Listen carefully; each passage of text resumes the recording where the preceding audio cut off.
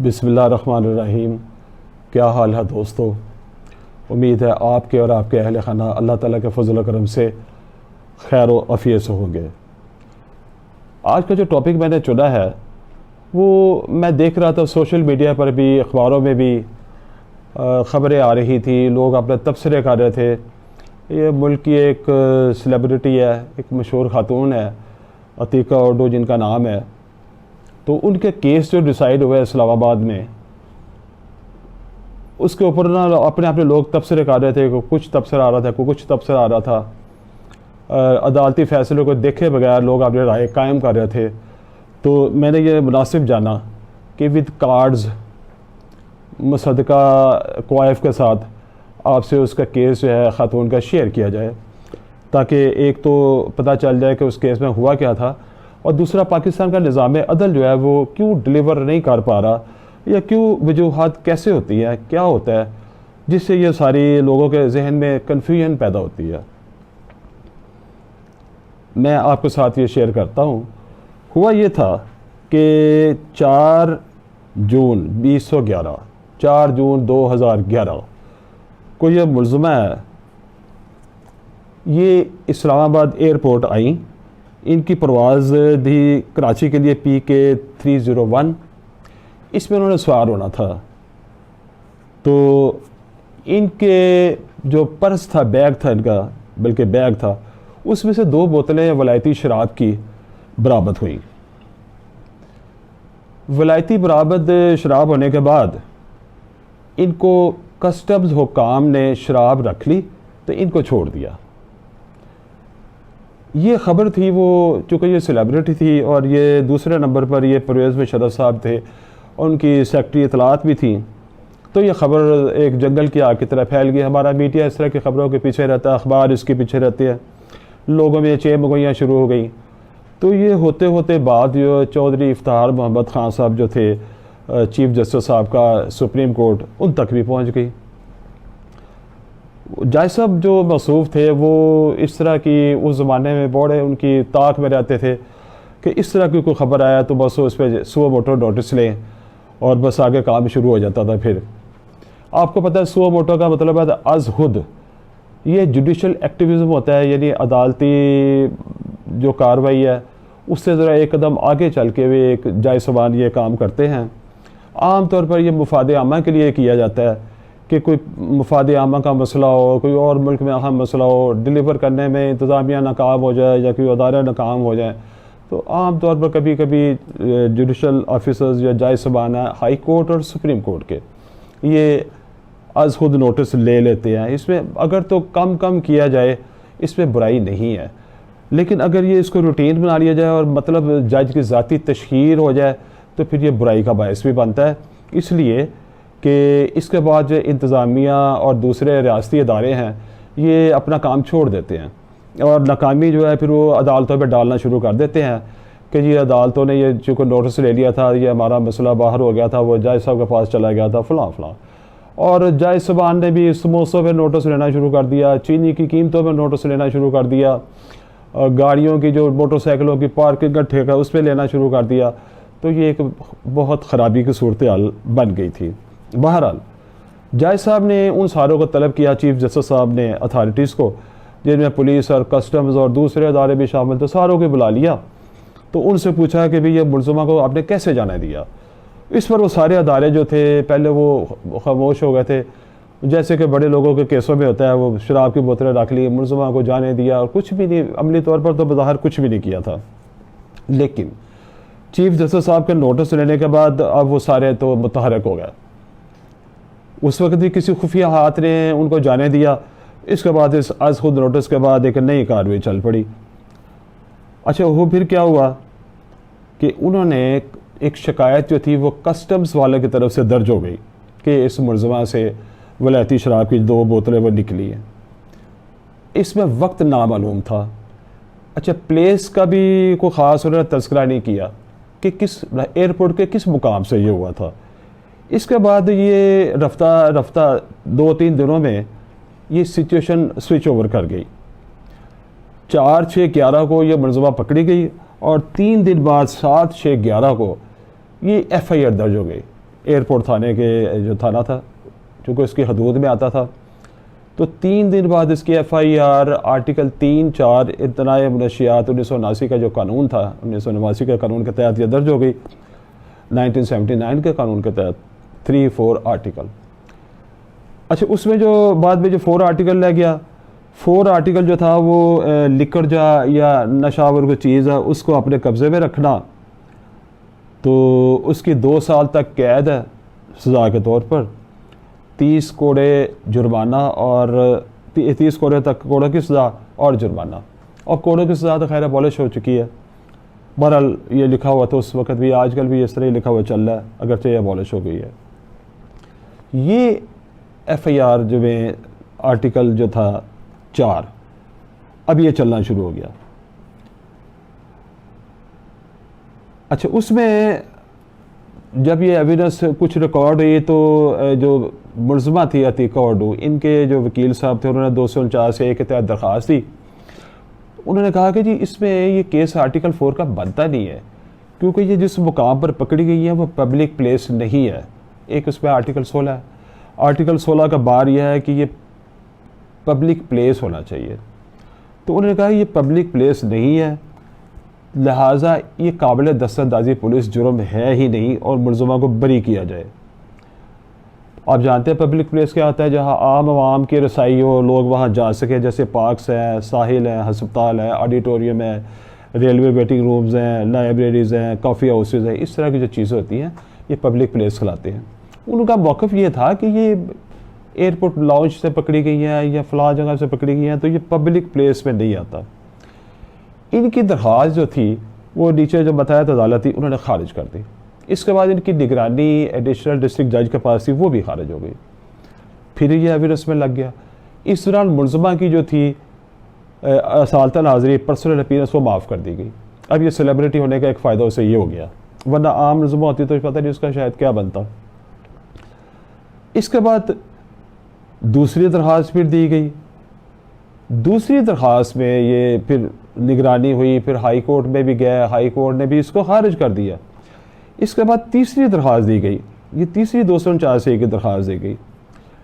پھر انہوں نے یہی کہا کہ اس میں جو ایئرپورٹ کی عمارت ہے اس میں کوئی عام آدمی داخل نہیں ہو سکتا, گنے چنے لوگ آ سکتے ہیں, مسافر آ سکتے ہیں, ٹام ڈک ہیری اس میں نہیں آ سکتا, لہٰذا آرٹیکل 4 یہ لاگو ہی نہیں ہوتا.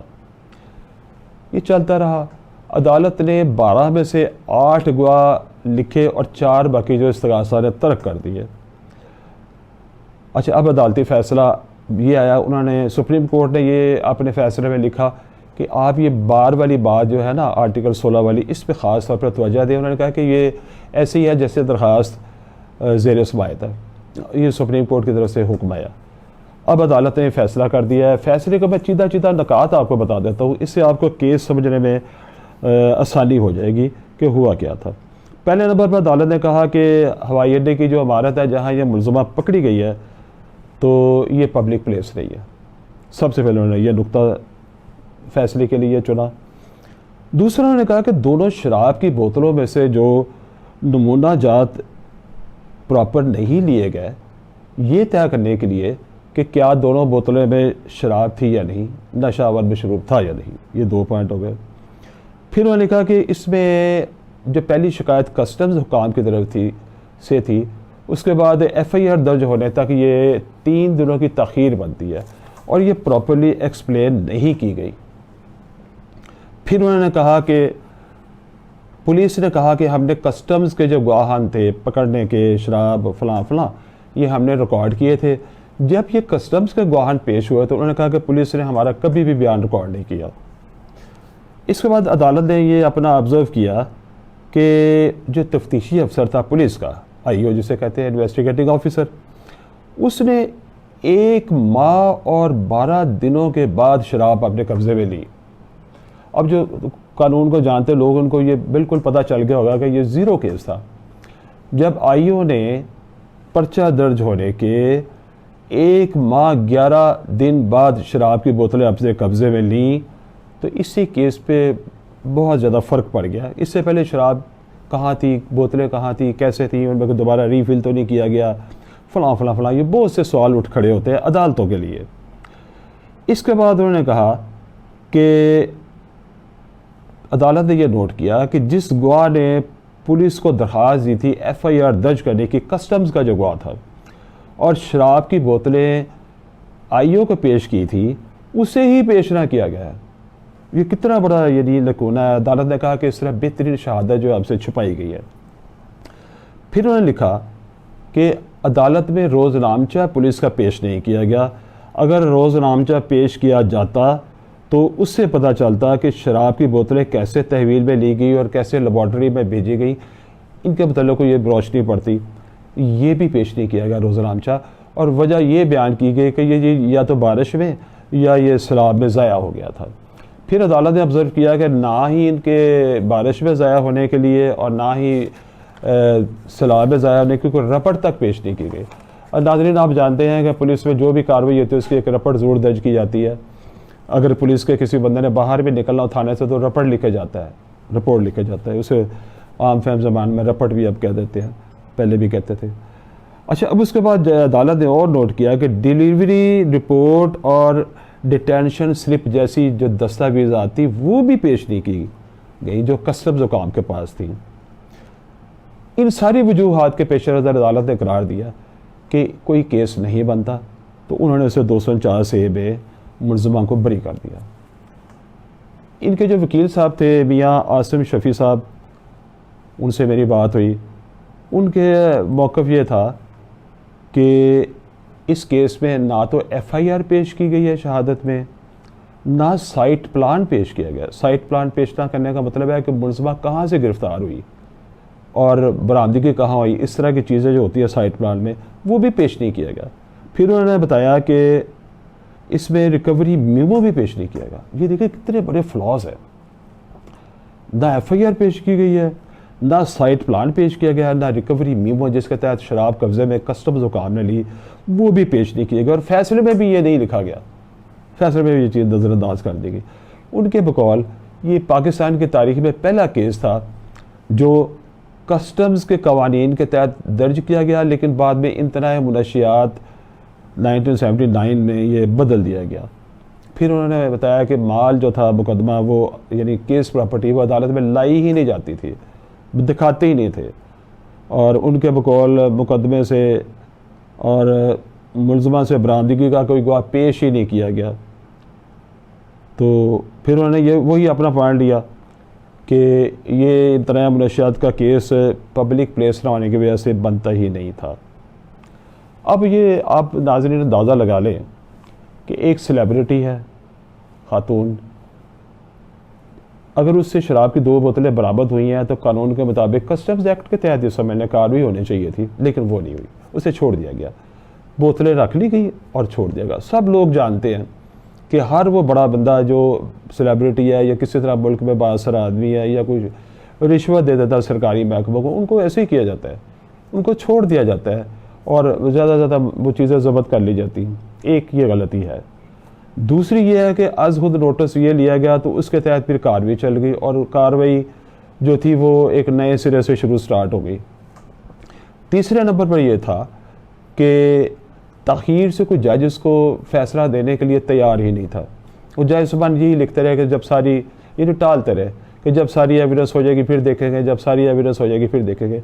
اگر یہ بار والا مسئلہ جج صاحبان شروع سے دیکھ لیتے تو شاید اس کو 9 سال تک انتظار نہ کرنا پڑتا۔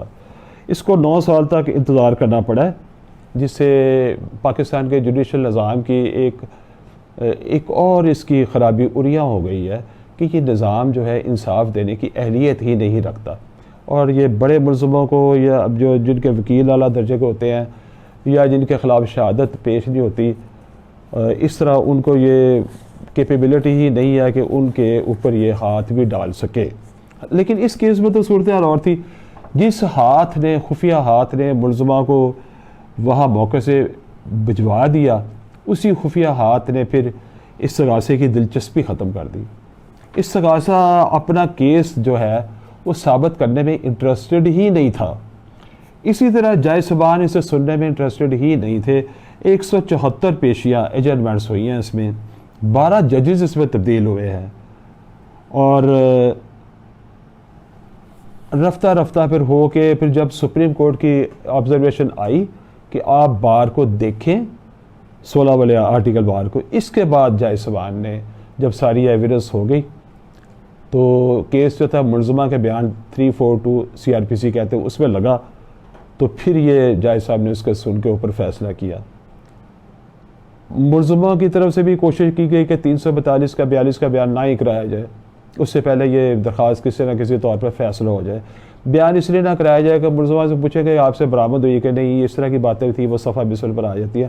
اور ہر فوجداری کے وکیل کی جو خواہش ہوتی ہے کہ پہلے استغاثہ اپنا کیس ثابت کرے، اگر استغاثہ اپنا کیس ثابت بظاہر پہلے کرتا ہے تو پھر بارِ ثبوت ملزمہ پہ آتا ہے، پھر ملزمہ کی باری آتی ہے، ملزم کی باری آتی ہے۔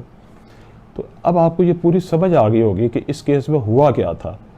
اس کیس میں یہ ہوا تھا کہ خفیہ ہاتھ نے، بااثر ہاتھ نے ملزمہ کو موقع سے جانے دیا، اور اسی طرح ہی جو تھے پردے کے پیچھے بیہائنڈ دی کرٹن جو تھی، یا کرٹن کے سامنے جب اس کو نوٹس ہو گیا تو اس میں ملزمہ کے ایک نئے رنگ میں کیس اس کے اوپر ڈال دیا گیا، قسم سے اٹھا کے اس کو امتناع منشیات میں لے آیا گیا، اور اس کے بعد اسی خفیہ ہاتھ نے پھر حرکت کی تو استغاثہ صاحب نے کیس جو تھا اس میں ڈس انٹرسٹڈ ہو گیا، اور عدالتوں نے، چونکہ یہ ایک بڑے آدمی کا اس میں پیچھے ازخود نوٹس تھا، عدالتوں نے گریز کیا فیصلہ کرنے سے، اور جب ساری ایویڈنس ریکارڈ ہوئی اور پتہ چل گیا کہ اس میں کوئی کیس بنتا ہی نہیں ہے، تو پھر اس ملزمہ کو بری کیا گیا 249A میں۔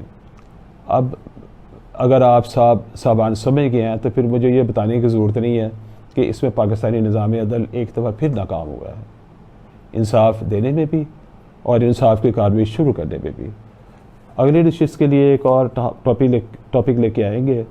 اگر آپ کو یہ ویڈیو پسند آئی ہے تو اس چینل کو سبسکرائب کریں، لائک کریں اور لائک کا بٹن دبائیں، اور کمنٹ سیکشن میں کمنٹ ضرور کریں تاکہ ہم اپنی کارکردگی بہتر بنائیں اور آپ کو غیر جانبداری سے تبصرہ کرتے ہوئے چیزوں سے متعلق روشناس کریں اور آپ کے علم میں اضافہ کریں۔